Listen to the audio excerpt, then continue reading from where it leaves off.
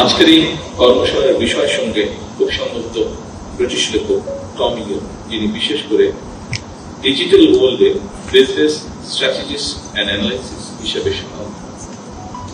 তার একটি বিখ্যাত মন্তব্য খুব সম্মত প্রাসঙ্গিক বলে আমার কাছে তিনি বলেছেন, বিশ্বের বহুল ব্যবহৃত ট্যাক্সি কোম্পানি উবরের নিজের কোনো ট্যাক্সি, বিশ্বে অপ্রতিদ্বন্দ্বী সোশ্যাল মিডিয়া ফেসবুক নিজের কোন কন্টেন্ট তৈরি করে না, বিশ্বের বৃহত্তম অনলাইন বিজনেস প্ল্যাটফর্ম আলিবাবার কোন স্টক মজুদ নেই, মজুদ পণ্য নেই, মজুদ পণ্য নেই। বিশ্বের সবচেয়ে বড় আবাসন প্রোভাইডার এয়ারবিএনবি নিজেদের কোন রিয়েল এস্টেট বা অ্যাসেটস নেই। অর্থাৎ ইনোভেটিভ আইডিয়া দিয়ে তারা যার যার ক্ষেত্রে বিশ্ব শাসন করছে। এই প্রতিষ্ঠানগুলি মূলত একটি স্মার্ট ইন্টারফেস। তারা সেবা দিচ্ছে না, বরং যারা সেবা নিতে চায় এবং যারা সেবা দিতে চায় তাদের এক জায়গায় নিয়ে এসেছে। এটি প্রযুক্তি নিয়ে।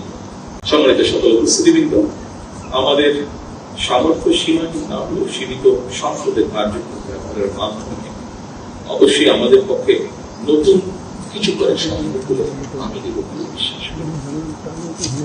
আমাদেরও প্রচুর মেধাবী মানুষ রয়েছে যারা সুযোগ বা সুবিধা পেলে বিশ্বমানের কিছু করা তাদের পক্ষে অসম্ভব। মেধার পাচার রোধ করে মেধার বিকাশ এবং লালন করে আমরা ভবিষ্যৎ চ্যালেঞ্জ মোকাবেলা করতে চাই। স্বৈরাচারের বিরুদ্ধে আমাদের তারুণ্য স্বাধীনতা প্রিয় গণতন্ত্রকামী জনগণ আবারও অধিকার আদায় মিছিলে সামিল হয়েছে। এভাবে দীর্ঘ 1.5 দশকেরও বেশি সময় হাজারো প্রাণের বিনিময়ে বাংলাদেশে একটি গণতান্ত্রিক রাষ্ট্র সরকার বর্তমানে প্রতিষ্ঠিত হয়েছে। জনগণের কাছে দায়বদ্ধ এই সরকার বর্তমান এবং ভবিষ্যৎ প্রজন্মের জন্য একটি নিরাপদ বাংলাদেশ বিনির্মাণের কাজ শুরু করেছে।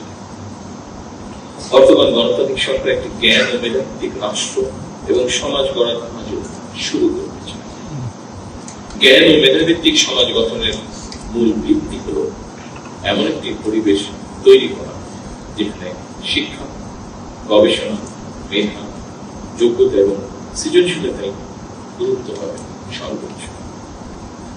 সম্মানিত শিক্ষকবৃন্দ, গবেষকবৃন্দ, সম্মানিত সকল উপস্থিতিবৃন্দ, আমরা এমন একটি শিক্ষা ব্যবস্থা করার কাজ শুরু করতে চাই যেখানে প্রতিটি শিক্ষার্থী নিজের সম্ভাবনাকে বিকশিত করার সুযোগ পাবে।